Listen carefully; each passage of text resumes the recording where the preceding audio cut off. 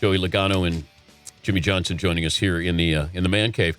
How comfortable are you guys wearing a suit today? Joey, if I said you could have a fire suit on or a regular business suit, Joey? Yeah, I would probably go with my fire suit, although my fire suit is very bright and I'd stand out quite a bit down here in New York. Shell and Pennzoil all over it and kind of look a little bit like Ronald McDonald in it. So I'm going to stick with this, at least for New York City. What about you, Joey? Either works. Definitely spend more time in a fire suit, but either works.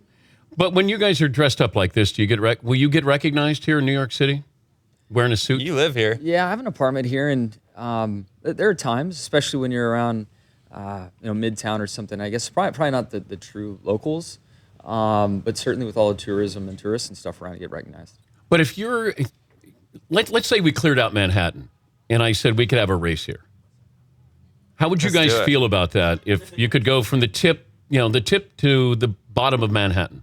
What do you think NASCAR would feel about that? I think it'd be fun. I think it'd be really I don't know cool. if I could get everybody off the road, yeah, but I know on the part east of the side, there's some pretty cool, tunnels, or not tunnels, but some overhangs with bridges and stuff and some cool turns. It'd be fun. I think it'd be really neat to I don't know if all the New Yorkers would like us shutting down their roads. I think traffic's already bad enough.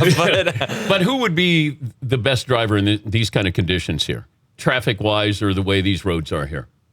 The most aggressive one, right? Yeah, it's hard to favor one. I mean, we're all pretty good in that environment.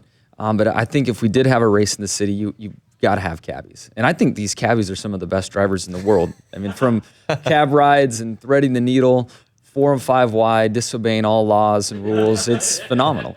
Would you drive a cab for a day? I did. I've done that once. You did? PR thing here. Yeah. How'd it go? It went okay. They wouldn't let me drive like I wanted to. We had a chase vehicle in front and behind, so I didn't get to do like the true cab experience. Well, you grew up in Connecticut, though, Joey. Yeah. So how many times did you end up in? Do you drive in Manhattan when you come in? I don't come up here a whole bunch. No? No, I live down in Charlotte now, but no, when I was in Connecticut, we had cars and we drove around like normal people. What if we looked at what drivers do individually? Because we look at athletes like this, like certain guys jump better, run faster, but can you look at drivers individually and say, you do this better than Joey does, or Joey does this better than you? Can you kind of cut it up like that when it comes to driving? I think, yeah. I mean, we all are students. Well, what do you do better than Jimmie? Of some port. I'll let him tell you. What does Joey do better than you? I knew this question was coming, so I'm trying to think of the right way to go through it. There's definitely attributes that each driver has, but the team component and how the car's performing plays a huge role in what we do and the success of the team. But I would, first and foremost, with Joey, go to short run speed, restarts. I'd put Kyle and Joey in that category as probably the more aggressive guys. When the green flag drops on a restart or an initial start, they seem to make a lot of things happen with that opportunity. Okay, so now it's your turn to return. He drives a loose car. A lot better Which might be a problem with my short run speed. Get that thing hung out sideways all the time, and you always complain a lot when it's tight. It's like, oh, it's a little bit tight, and it's like all hell's breaking loose when it's tight. But that's something I noticed. Do you guys get along? Yeah, right now. Will you get along? See you in 5 days. What could happen on Sunday where you didn't get along? Well, the opportunities are endless, I guess. But you're trying to win the championship here. I mean, there's definitely lines to cross in aggression and just cleaning somebody out, and would take it to an extreme level. Sure, if there's contact and spinning and crashing, that's more in the racing mindset, and we know that as competitors, you're not happy, but that's something you could work through. So there's varying degrees of it. Just have to see where it all leads. It's a race. We race against each other every week. It's not really much different this weekend than every other week. Yeah, there's a lot more on the line, but I have to race against Jimmie next year and the next year after that and after that. So, you got to think a little bit big picture as well. The championship's on the line, and we're going to race each other hard like we do every single week. You look at your place in history here. I mean, how often do you allow yourself to think about what you've accomplished in that group? It's a short group that you're in there with. Yeah, I do. I mean, I've had such a blessed career and so fortunate. And I think about the success we've had. I can't believe the 6 championships and the race wins and an opportunity to another. Yes, I'm very aware of the opportunity, but it's not what I'm motivated by. I mean, I'm more motivated by racing these guys and racing for the championship than I am about it being the 7th. Yes, with if it was to happen, it would be a place in history and I would join those two, but that's not what keeps me up at night and what motivates me. But when I mention Richard Petty or Dale Sr., I mean, what comes to mind? David Pearson's in there. I mean, this is Mount Rushmore here.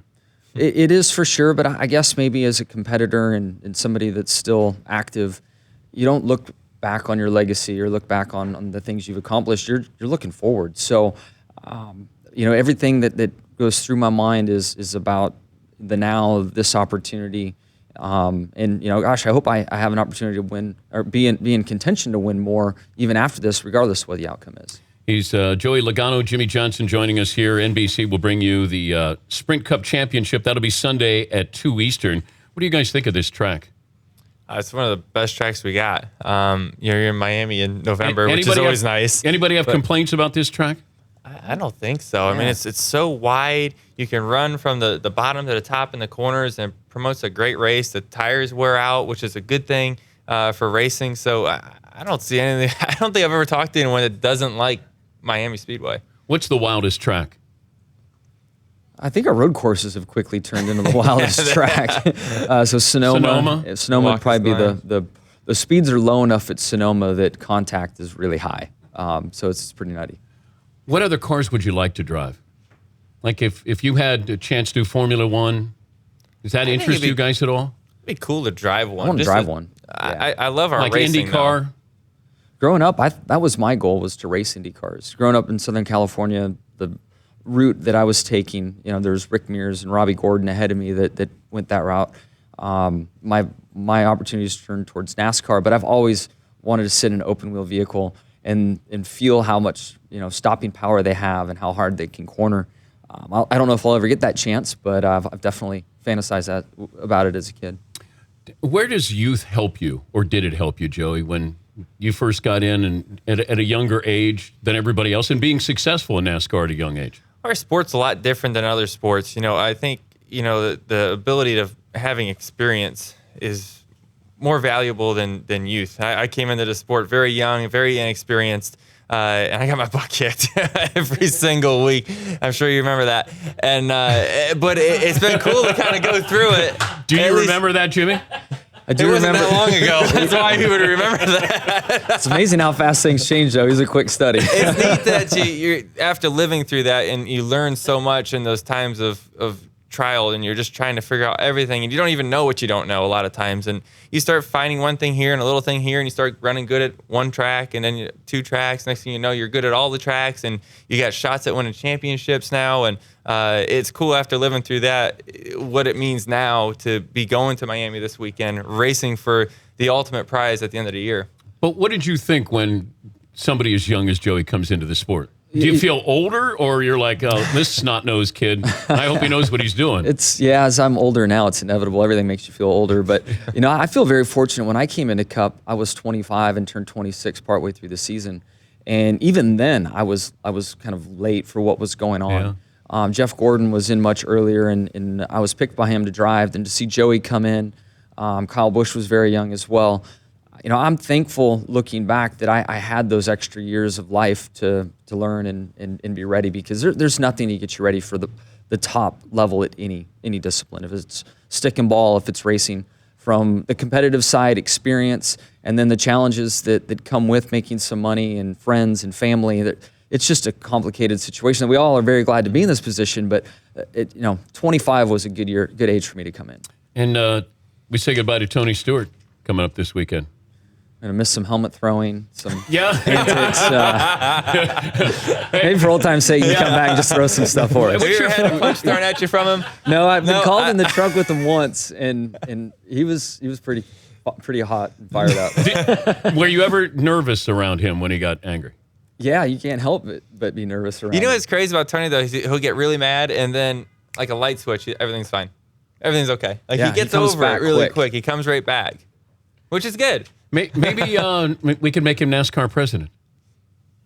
Go for it. Or the president.